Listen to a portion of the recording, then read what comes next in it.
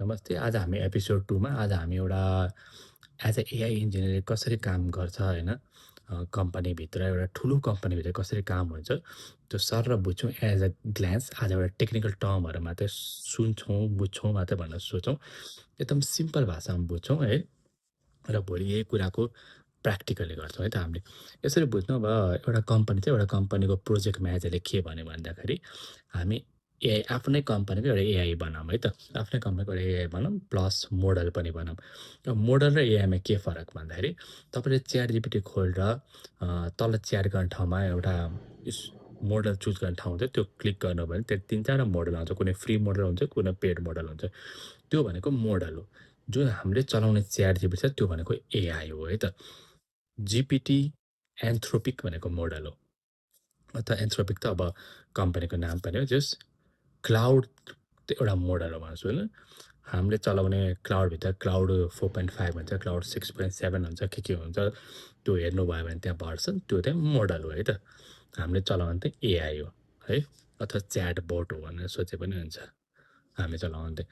अब के हुन्छ भन्दाखेरि सबभन्दा पहिला मोडल बनाउँदाखेरि जस्तै जिपिटी बनाउनु पर्दाखेरि के हुन्छ भन्दाखेरि एज अ एआई इन्जिनियर मैले एउटा एक्जाम्पलमा दिएको, एआई इन्जिनियर मात्र हुँदैन, त्यहाँ धेरै मान्छेहरू हुन्छ। तर एआई इन्जिनियरहरूले चाहिँ के गर्छ भन्दाखेरि म्यासिभ बुक, एकदम धेरै वेबसाइट, एकदम धेरै विकिपिडिया टेक्स्टहरू लिएर त्यो मोडललाई फिड गरिदिन्छ। त्यो मोडललाई फिड गरेपछि के हुन्छ भन्दाखेरि हामीले अस्ति टोकनाइजर बनाएको थियौँ नि, जुन फर्स्ट एपिसोडमा आएको थियौँ नि, त्यस्तै तर अब ठुलो लेभलमा एउटा टोकनाइजर बिल्ड हुन्छ अब है त। टोकनाइजर बिल्ड हुँदाखेरि चाहिँ कुनै एउटा एल्गोरिदम चुज गरिन्छ। यो सबै हामी प्र्याक्टिकली पछि हेर्छौँ, आज बुझ्नु मात्रै है त। कुनै एउटा एल्गोरिदम चुज गरिन्छ। बिपी भन्ने एल्गोरिदम हो कि वर्ड पिच भन्ने एल्गोरिदम हो कि सेन्टेन्स पिच भन्ने एल्गोरिदम हो कि कुन एल्गोरिदम, भेरियस एल्गोरिदम हुन्छ। एउटा एल्गोरिदम चुज गरिन्छ र त्यो एल्गोरिदम चुज गरेपछि त्यो एल्गोरिदम चुज भएपछि त्यो मोडल चाहिँ जुन मोडललाई हामीले बुकहरू सबै दिएको थियौँ त्यो हजारौँ लाखौँ बुकलाई चाहिँ स्क्यान गर्छ र त्यो मोडलले त्यो एल्गोरिदम अनुसार डिसाइड गर्छ कुन भोक्याबुलरी के हो, मतलब कुन वर्डलाई टोकन दिन्छ। जस्तै उसले मोडलले वाटर छानेन, वाटरलाई 1002 जस्ट यति डिसाइड गर्छ है। त्यसपछि मोडल आर्किटेक्चर चुज गरिन्छ। आजकल ट्रान्सफर्मर हुन्छ, त्यही ट्रान्सफर्मरभित्र चाहिँ कन्टेक्स्चुअल इम्बेडिङ भनिन्छ, जुन भोलि हामी प्र्याक्टिकल हेर्छौँ। जुन मैले भेक्टर भनेको थिएँ नि, बुझाएको थिएँ नि, एउटा बारकोडको एक्जाम्पल दिएर एपिसोड 1 मा, त्यो है त। भोलि हामी प्र्याक्टिकली एट अ ग्लान्स एकदम सर्टकटमा एकदम सजिलो बिगिनरले बुझ्ने तरिकाले कस्तो देखिन्छ भन्न मात्रै हेर्छौँ है त। त्यसरी अनि ट्रेन गरिन्छ। त्यो अनुसार ट्रेन भएपछि के हुन्छ त, ट्रेन 2 प्रकारले हुनसक्छ अब है त। एउटा प्र्याक्टिकल अथवा प्र्याक्टिस गेसिङ भनिन्छ यसलाई। प्र्याक्टिस गेसिङमा चाहिँ जुन जिपिटी र जेमिनाई स्टाइलको चिज हो। जिपिटी र जेमिनाई स्टाइल यो मोडल ट्रेन हुँदा कसरी भएको थियो भन्दाखेरि उनीहरूले चाहिँ जस्तै लाखौँ बुकहरू त पढिसक्यो। अब एउटा वर्ड अथवा 2टा वर्ड दिन्छ, जस्तै वाटर अथवा पानी, सोचौँ है, पानी भनिन्छ। अनि जेमिनाईहरूले गेस गर्नुपर्छ प्यास खाने कुन त। त्यसरी गेस गर्दै गर्दै गर्दै शिक्षा उनीहरू अझै ट्रेन हुन्छ है त। यसलाई भन्छ नेक्स्ट टोकन प्रिडिक्सन। अब बर्ड, अस्ति हामीले हगिङ फेस गरेको थियो नि, बर्ड स्टाइल, बर्डको स्टाइल फेरि फरक छ। उसलाई चाहिँ कुनै सेन्टेन्स दिइन्छ, एउटा सेन्टेन्स लुकाइन्छ, उसले त्यो मिसिङ एउटा वर्ड लुकाइन्छ, उसले मिसिङ वर्ड के हो पत्ता लगाउँछ है त। यहाँ चाहिँ मार्क्स ल्याङ्ग्वेज मोडल भनिन्छ यस्तो स्टाइललाई है त। अब every time it gets wrong, it's slightly आफ्नो भित्र गएर इन्टर नम्बरहरूले चेन्ज गर्छ, बेटर पार्छ होइन। त्यसलाई चाहिँ ब्याक प्रोपोगेसन भनिन्छ। यो मेसिन लर्निङको भाषा हो। ब्याक प्रोपोगेसन भनेको के हो यो सबै हामी प्र्याक्टिकली हेर्छौँ आज, सुन्नु मात्रै है त। ब्याक प्रोपोगेसन भनिन्छ। र अब प्रिट्रेन भयो। अब मोडल बन्यो मात्रै सुन्नु, च्याट जिपिटी बनेकै छैन, मोडल बन्यो, यति त मोडल बन्यो। अब के हुन्छ भन्दा अब हामीलाई यही मोडलको माथि we want to build AI on top of this है त।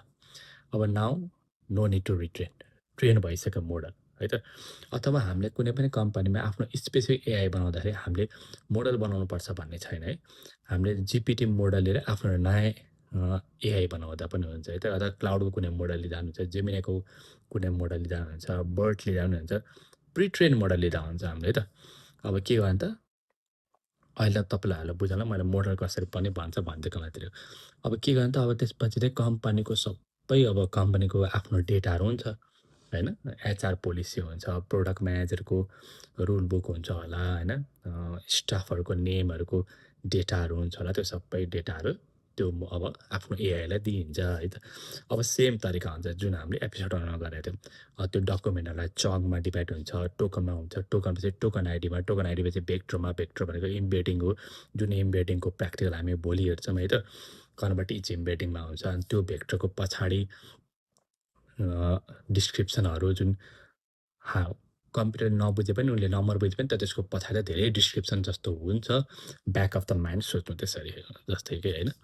अब convert each token ID into embedding हुन्छ। अनि यो कुरा सबै त भेक्टर डेटाबेसमा स्टोर गरेको हुन्छ। भेक्टर डेटाबेस भनेको के हो त? अब सोध्नुहोस् तपाईँले कुनै पनि आफ्नो इन्फर्मेसनहरू, रेकर्डहरू ट्रेडिसनल डेटाबेसमा स्टोर गर्नुपऱ्यो, सपोज माइएसक्युएलमा। अब जसले एसक्युएल पढ्नु भएको छ मलाई थाहा हुन्छ। माइएसक्युएलहरूले के रिटर्न गर्छ भन्दाखेरि एक्ज्याक्ट म्याचिङ रिटर्न गर्छ कि त पार्सियल म्याचिङ रिटर्न गर्छ। उस्तै कुराहरू रिटर्न गर्दैन। जस्तै हामीले सबै कुरा माइएसक्युएलमा स्टोर गऱ्यौँ भने अब तपाईँले खोज्नु पऱ्यो है सपोज।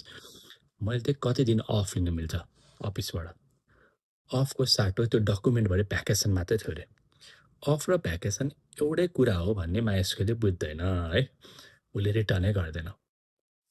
तर भेक्टर डेटाबेसले के गर्छ त? एउटै तरिकाको कुराहरूलाई चाहिँ रिटर्न गर्छ है। अफ र भ्याकेसन एउटै हो भनेर उसले बुझ्छ है। अब एक्जाम्पल भन्दाखेरि अब इमोसनली बुझ्छ भन्न मिल्दैन है। एज ए ह्युमन बिङ भएको इमोसनली बुझ्दा मिल्थ्यो। जस्ट एक्जाम्पललाई मैले इमोसन बुझेको हो भनेर सोध्नु होला, त्यसरी बुझ्छ है त। अहिले टेक्निकल टर्म नलिएको मैले मात्रै तपाईँ नबुझ्नु होला भनेर त्यसरी बुझ्छ। अथवा यसलाई सिमेन्टिक भनिन्छ है, त्यसरी बुझ्छ टेक्निकलमा भन्नुपर्दा। अनि के हुन्छ भन्दाखेरि अब अफ र भ्याकेसन एउटै हो, डग र पप्पी रिलेटेड हुन्छ भन्ने यो भेक्टर डेटाबेसले बुझ्छ। कसरी बुझ्छ भन्दाखेरि भेक्टर डेटाबेसले भेक्टरमा स्टोर गरेको हुन्छ है त। त्यही भएर इम्बेडिङको युजफुल हुन्छ है। भेक्टरमा ट्रान्सफर हुन्छ नि त इम्बेडिङबाट, भेक्टरमा युजफुल हुन्छ। यदि तपाईँले डग र पप्पीको भेक्टर हेर्नु भने सेम हुन्छ। यदि डग र म्याङ्गोको भेक्टर हेर्नु भने एकदम डिफ्रेन्ट हुन्छ है त। जस्तै एउटा एकदम फेमस एक्जाम्पल भन्छ, जब किङको भेक्टर हेर्नुभयो भने त्यसमा माइनस म्यान गरिदिनु भयो, किङबाट म्यान हटाइदिनु भयो, प्लस वुमन गर्नुभयो।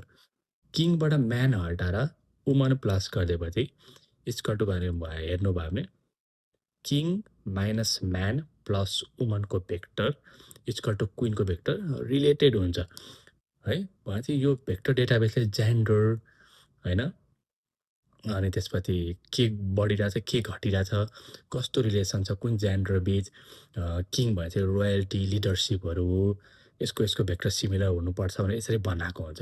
किनभने पहिला हामीले के गरेको थियौँ त, लाखौँ बुकहरू चाहिँ फिड गरेका छौँ मोडलमा हो। याद गर्नु त, त्यो लाखौँ बुकमा किङ इज अ म्यान भन्ने कुनै ठाउँमा वर्ड होला, किङले रोयल्टीको कुरा गरेको होला, किङको वाइफ क्विन भन्ने कुरा भएको होला। यो सबै रिलेसन हेरेर भेक्टर डेटाबेस त रेडी बसेको हुन्छ। आर्टिफिसियल इन्टेलिजेन्स त्यही हो है त, इन्टेलिजेन्स भएर बसेको हुन्छ है। सिम्पल भाषामा बुझिरहेको छु मैले अहिले एकदमै। अनि त्यसपछि हामीले अब त्यसपछि भेक्टर डेटा स्टोर भइसक्यो अब सबै। अब हामीले कुनै पनि बेला मैले कति दिन अफ लिन मिल्छ, अफ सरिरहेको कुराहरू के हो त, भ्याकेसन हो। सिनोनिम थाहा हुन्छ भेक्टर डेटाबेसले। उसले यति दिन भ्याकेसन लिन मिल्छ भनेर रिप्लाई दिन्छ। रिप्लाई दिँदा पनि त्यसरी नै हो, सेम एन्सर भित्र आउँछ, भित्रबाट टोकनमा डिभाइड हुन्छ, टोकन क्वेसन टोकनमा डिभाइड हुन्छ, टोकन आइडीमा आउँछ, क्वेसन सोद्धा सेम प्रोसेस हुन्छ है। इम्बेडिङमा जान्छ, भेक्टर रिलेटेड कुन नजिकै छ भन्ने हेर्छ र त्यसरी रिप्लाई आउँछ। अब भोलि हामी यसो गऱ्यौँ एकचोटि टोकन आइडी हेरिसक्यौँ, हामी प्र्याक्टिकली भेक्टर इम्बेडिङको हेरौँ ल। र प्र्याक्टिकली हेर्दाखेरि हामी कुनै एउटा रिलेटेड भेक्टर पनि सँगै हेरौँ है त, कसरी रिप्लाई दिन्छ, किन यही रिप्लाई किन आयो त भन्ने त्यो सबै हेर्छौँ है त भोलि।